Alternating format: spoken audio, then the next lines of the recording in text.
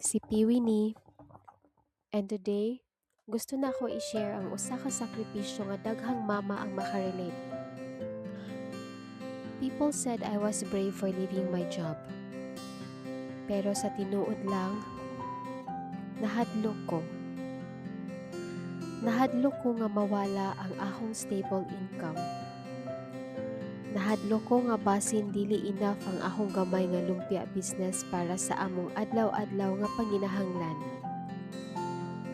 For the past 7 years, akong life revolved around work, deadlines, meetings ug responsibilities.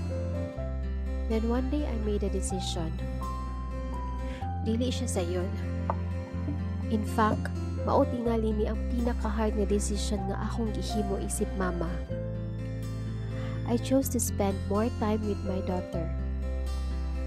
Gipili na ako nga mahimong present sa mga moments nga dili na jud siya mabalik. Today, instead of reports and meetings, ang akong adlaw puno na sa lumpia wrappers, ingredients ug customer orders. Every lumpia na akong marap, every order nga akong mapak, naagig siya kauban nga pag-ampo. Lord, tabangi ko nga makapadayon. It's not easy. Naay mga adlaw nga daghan orders. Naay mga adlaw pud nga makahuna-huna ka kung naa pa bay mosunod.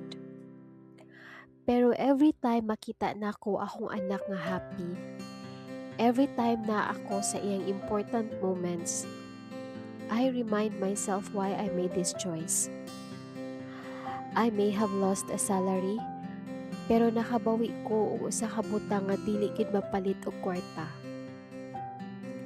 Time. Time with my daughter.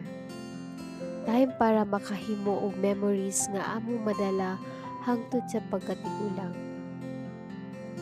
To every mother who's starting over, ug sa tanang moms nga silently fighting their own battles every day, padayon lang ta.